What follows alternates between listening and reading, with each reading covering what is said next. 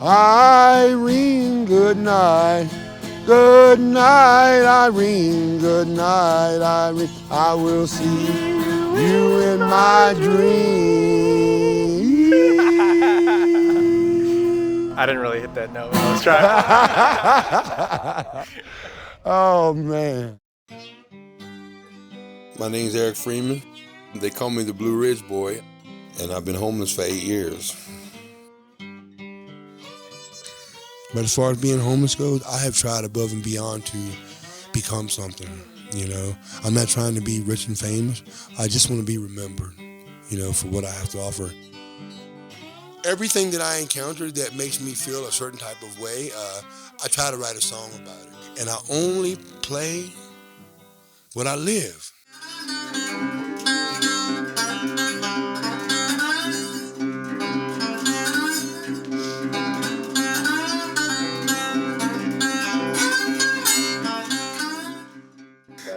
My name is Victoria. I go by Little Bit, and I've been homeless for 5 years.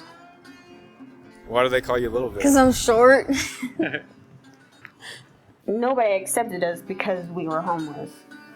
So we felt unloved, scared because we had nowhere to go, hungry almost every day because we couldn't get enough money to get food, or we would get food but not enough to last all day.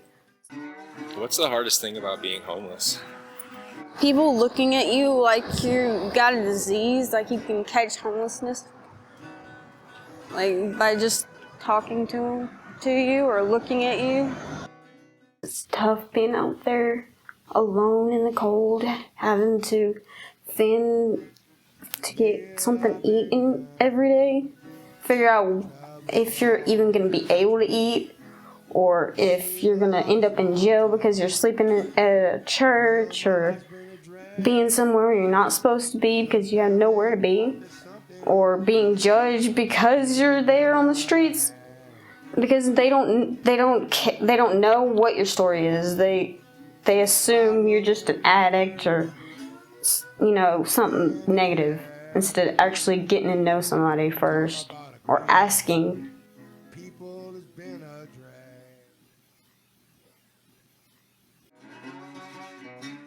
My name is Eric, and I've been homeless for a year. COVID has affected so many levels of society. I mean, not only the country, the world. You lose your job, then you lose your home, and then you lose your significant other. You spiral into, now you're destitute, homeless, hungry, and don't have access to your family because you can't pay a phone bill. Where are you gonna eat today? I don't know. You know, I mean, when you're asked, you know, where are you gonna lay your head tonight? I don't know, man. I don't know. It's a funny thing to say until you're in it. The unknown is a trip. And then you add the rain and snow on top of it. I wouldn't want anybody to go through this, man. I wouldn't wish this upon anybody. Have you ever been dirt poor? You know what I'm saying? Have you ever lived a life like I live? I mean, I grew up with no running water in my home, an outhouse, you know. We'd have to heat water on top of a stove into a galvanized pan and take a bath. That's how I grew up. I had to be a grown man, you know. I was a grown man by the time I was 10 years old because I had to take care of my sisters because my mother would be drunk, or the house was full of infidelity, really bad. My older sister, Brenda, she has a scar on her face right here on the left side. My mother was so bad in an addiction from alcohol and infidelity until she took a hot straightening comb and stuck it to her face. For real. I mean, I've had a horrific life coming up.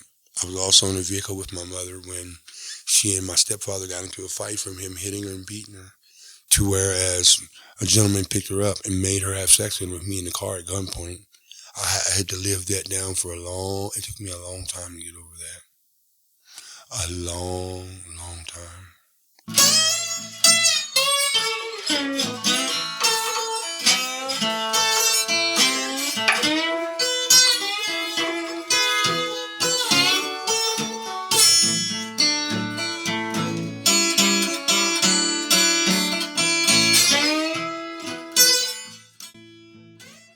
My life has been really rough. My dad was abusive, and my mom really tried her best to raise us right. And it was hard having that abusive family member in there, and also the fact that she didn't want to be alone, and it took her a while to leave him. And after that, we moved, and she met my stepdad, and he was an amazing dad. Really? Like he raised us and treated us like his actual kids, even though we weren't. And I felt loved more than I had ever felt loved. Because before, all I felt was rejected because all I got was beat. Bruises all over me by my dad for no reason. After my stepdad died in a car wreck, went on his way to work because he fell asleep. Because he'd been doing double shifts, 2 jobs, trying to provide for my brothers to, keep things afloat. It hit me so hard because he was there for me when I really needed a father figure and needed somebody to be there for me and love me the way my actual real dad didn't. So, what was it like growing up? I had a great childhood, great family, still do. It was just my mom and I till I was 8, and then my mom remarried and he raised me, so I can consider him my dad. My dad was a neuropsychologist. My mother's amazing. My father's passed away. I'd like to think everything positive about me, if there's what there is, it's all my mother. The caring, the giving, the loving, the outreach, that's her. I went to Wilmington College for my medical assistance degree in cardiology and radiology and phlebotomy and all that comes with it. I did that at Little Rock, and I worked at the Arkansas Heart Hospital. I accomplished more than I could have ever dreamed of as a kid.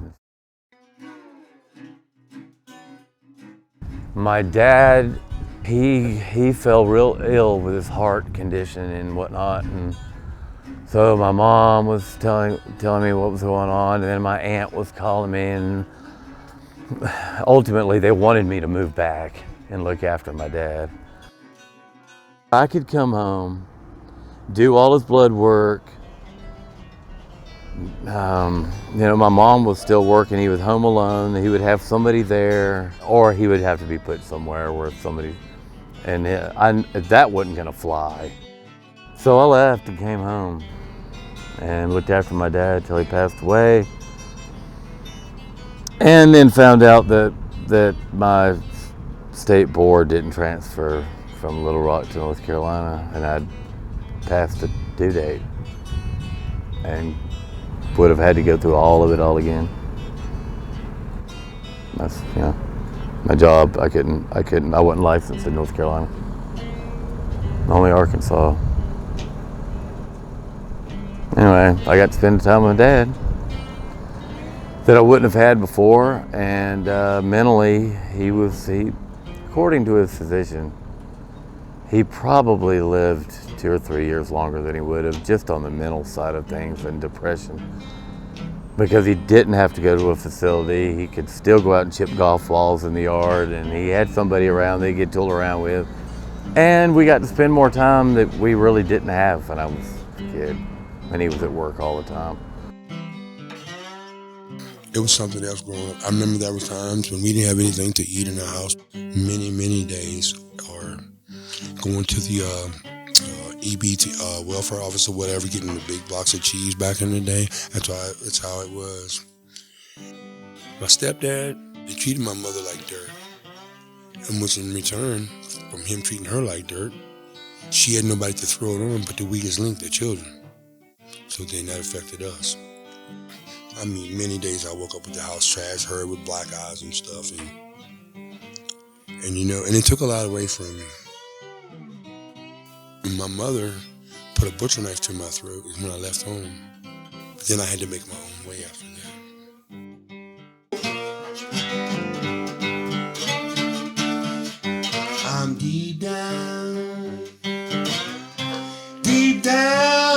soul. Yeah, deep down in my soul.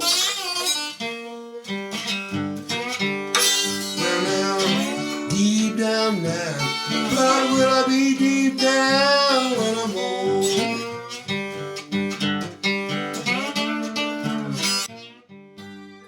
I ran from my mom's house because she didn't approve of the guy I was dating at the time. So it was my own fault I was on the streets. And by the time I figured out it was my own fault, I had no way back. It's really dangerous out there. Survival of the fittest. We all fight to survive. No, we do whatever it takes to survive, no matter what it is. So there was a lot of violence, a lot of killing, a lot of overdosing. So being a woman alone on the streets, what's that like? Scary. Kind of lonely. Especially on here, you know there was a woman that was found behind Cheddar's with her hands and feet cut off. And was raped. Yeah, not too long ago, actually. A woman's body is a temple. No matter what she done, I don't care who she is. I don't care how bad of a Jezebel or whatever she is. She don't deserve it.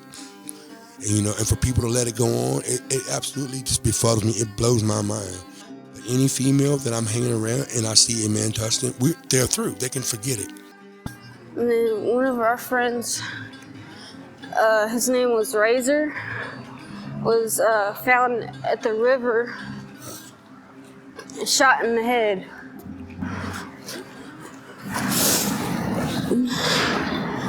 It's just kind of sad that we've lost so many friends to these drugs that people are doing nowadays.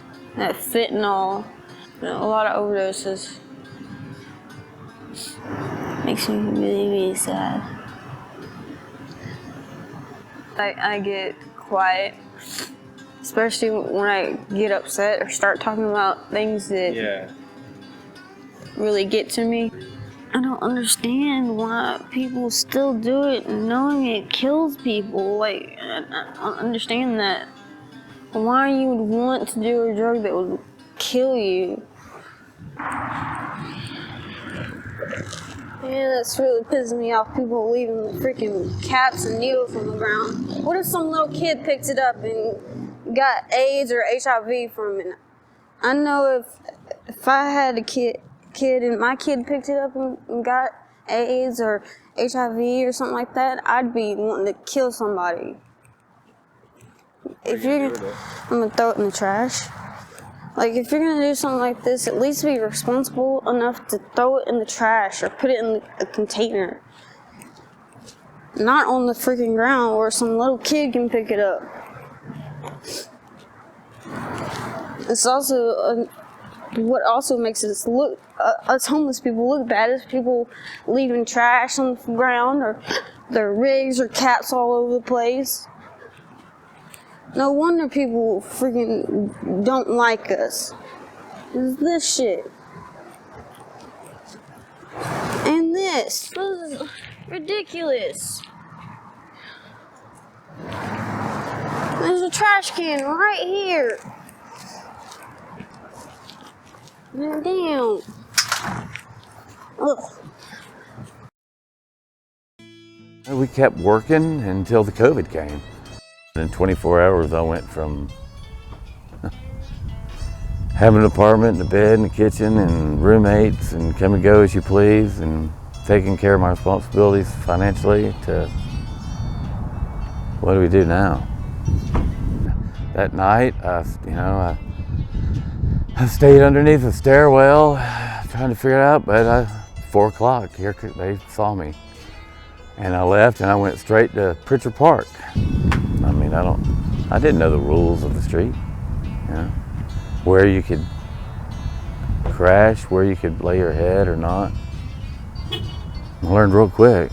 Next thing you know, there was a crowd following us around because we seemed to be the ones that knew where to go. People used to come and just gather around right here. I mean, to the point where I felt like my last name should have been Cruz or Depp, because everybody came and gathered around right here. Yeah, it was crazy. People would come just gather around and just want to know what we've got to say, or what time, where's food, where can we get jackets, So we would start going Sunday mornings to Haywood Street Church for breakfast. And they had like their, like a linen room, linen closet, whatnot, thrift shop. And we would get as much as we could, jacket-wise, clothes, underwear, whatever, and come bring it right back here for those who couldn't get to the church to eat breakfast. But wheelchairs, handicapped, or whoever just needed one and wasn't comfortable going in to the church because maybe they're new in the street. They don't know anybody. They're ashamed. They're embarrassed. We were too at one time. And then I went, no, you're not doing this to me, world. You're not taking away my character. And I'll get their character back. And that's kind of, we've actually been called the Robin Hoods of Pritchard Park, which I don't know, but funny.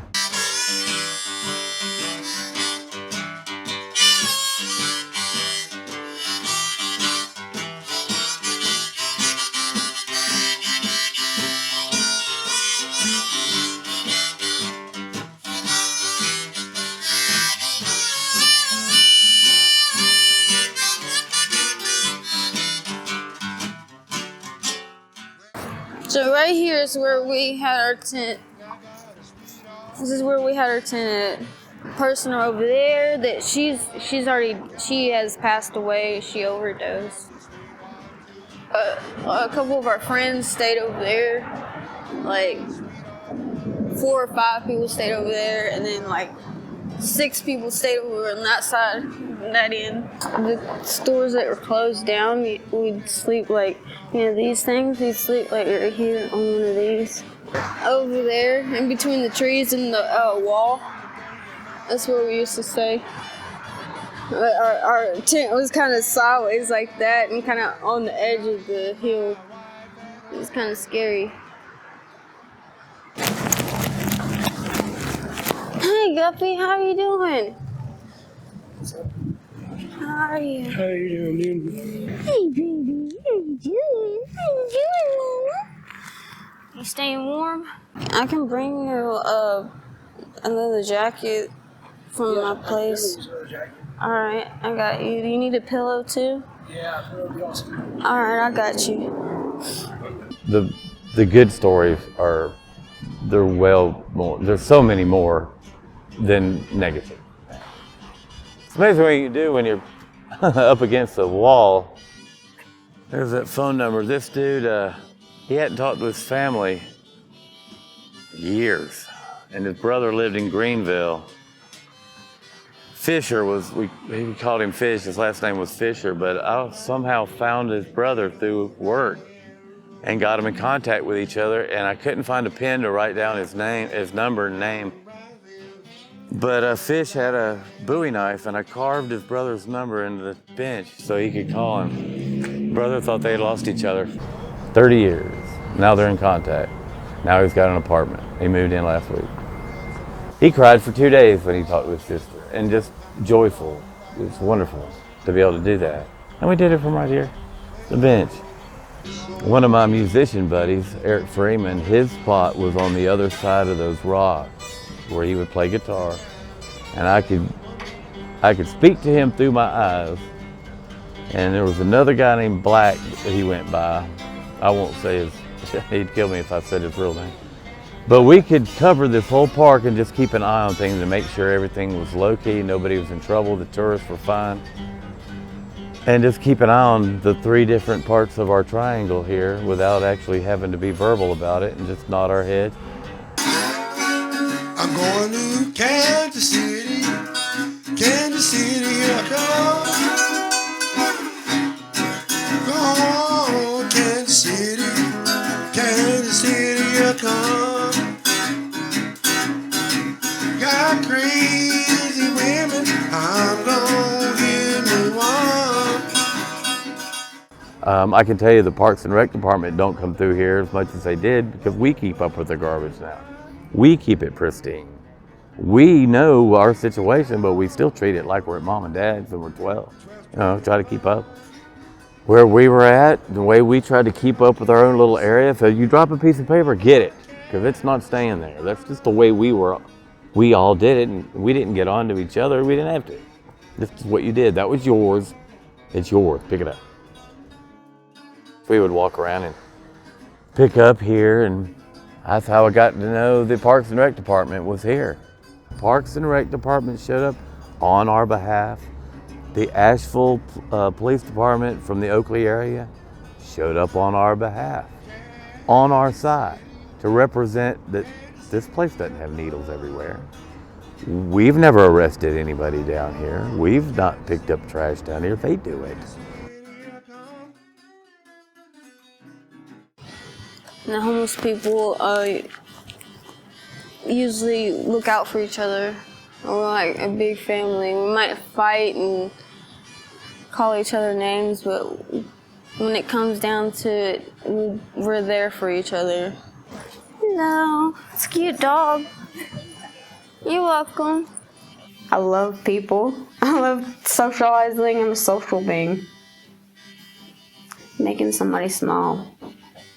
That's my goal every day, is to make at least one person smile. Hello, cute dog. We're not any different than y'all, just because we were on the streets. You care a lot about other people. Very much so. Too much, actually. I've been told I trust too easily, which has caused me a lot of damage. I'm just a lonely blues man, traveling in the world. They want this something they ain't never had.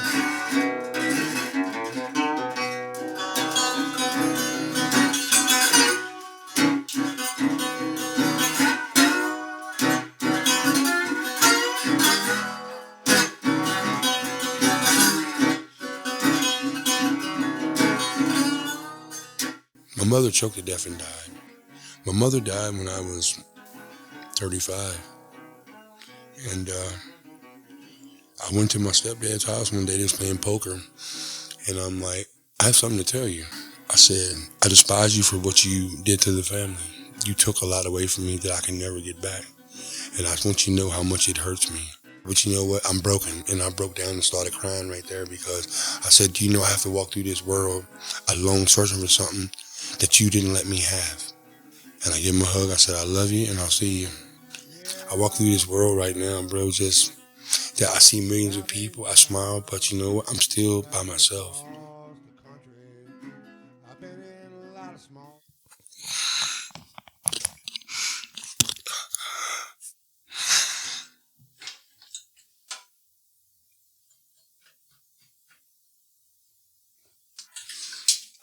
So fucking broken, dog.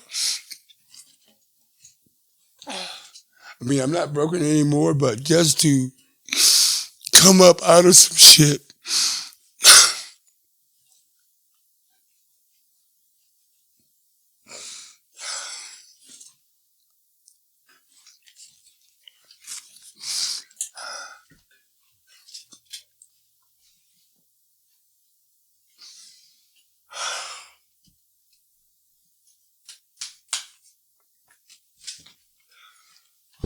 Resiliency. The people out here in the street, it's unbelievable. You gotta get back up. You gotta keep going. I found that the stepping stones to getting forward are the people you help. They're the guide. They're the path. You know? Without them, you would be stuck in mud. I've seen a lot that needs to be changed, worked on. Yeah. I'm trying to fix it. It's way beyond anything I could do. You know?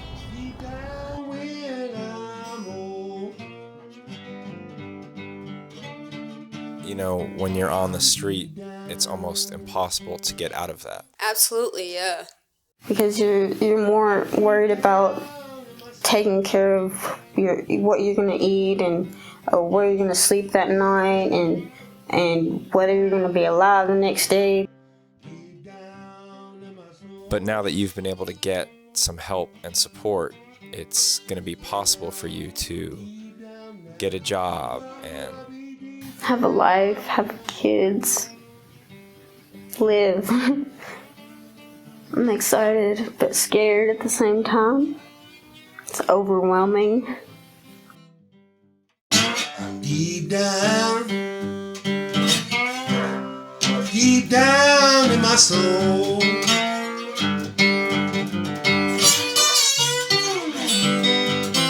deep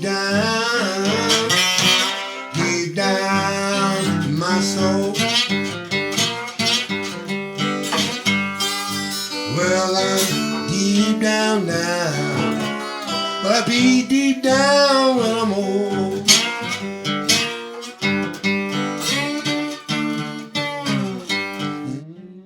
I've been given an opportunity to do more for others. Somehow I'm counted on. I feel like there's a lot of people I need to look after. I have been blessed, I think, by this whole thing, because it sure changed me in a lot of different ways. My character is the same. People have shared so many stories with me that I never dreamed that I would ever hear, and there may have been a time where I wouldn't have given a shit, and now I'm grateful. The kindness well over exceeds, it really does what the negative is. It's amazing.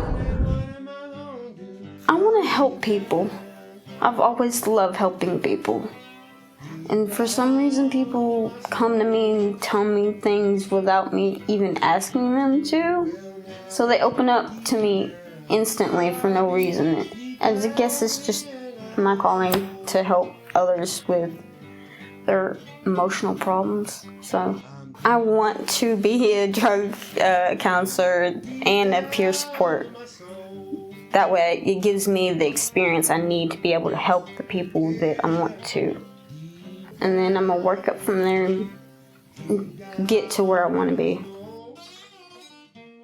It's like, I don't know how I can help, but my arms are wide open to anybody that wants to come talk to me, whatever I can do for you. I just want the community as a whole to, like, wherever I live at, to know if one person has a problem, and if we care enough about that person or whatever, let's just come together and try to help them.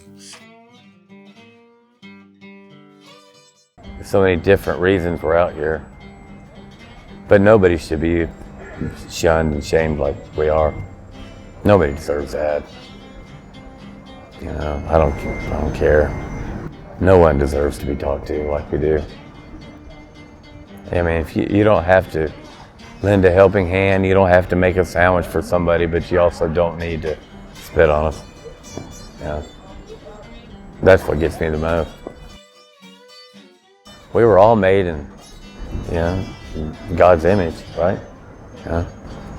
He wore flip-flops too, from what I understand. We're all the same when you boil it down to it. We've got to come together and not be frowned upon when we're looked at,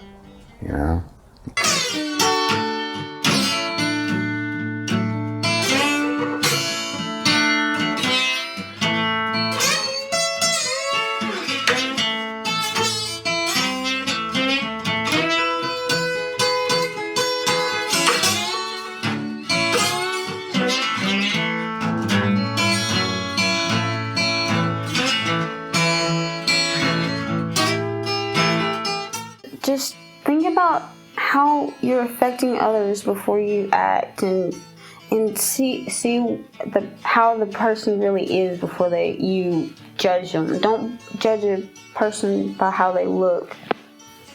Appreciate everything that I have, no matter how small it is, because everything matters. Every little thing you have matters, because in an instant it can be gone.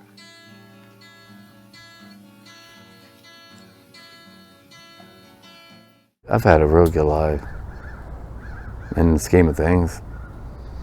I got a long way to go, but I have less regrets than I have more joy, things that I did the right way. I want to have at least 2 kids, at least 1 girl, 1 boy. Originally, I wanted to have 4 kids, 2 boys, 2 girls, but I'm being more realistic. I've met more genuine people, believe it or not, since I've been out in this situation, that I'm grateful that I've met, that I never met on the outside of the fence, as we call it. Such a beautiful day out here in the sunshine. Yeah, man. Glorious. Such a glorious day it is. It's been a long time since I've been able to smile, you know. Smile properly. Everybody have that fake grin, you know that.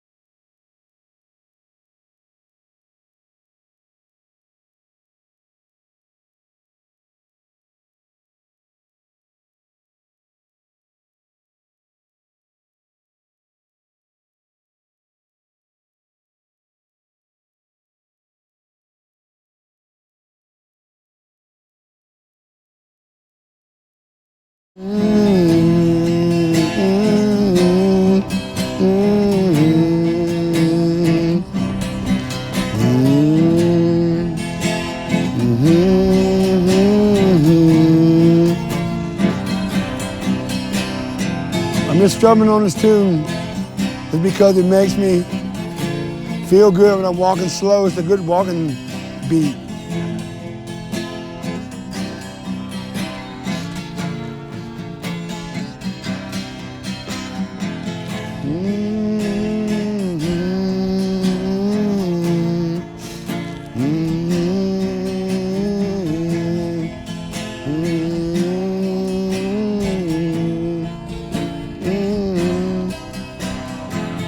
Wake up in the morning, I don't know what I'm gonna do.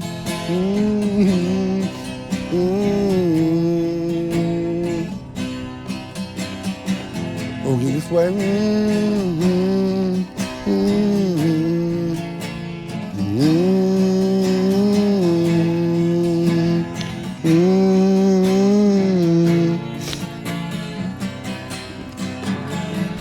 Waking up in the morning, don't know what I'm gonna do.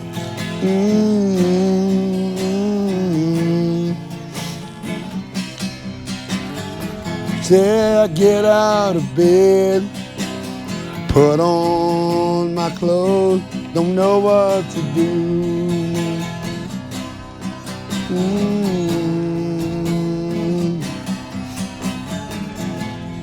Ain't got no woman, no girl.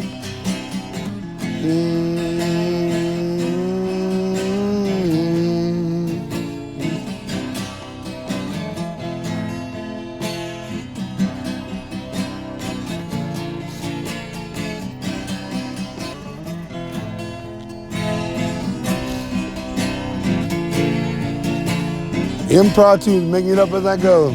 Got nothing planned. I feel good today, bro.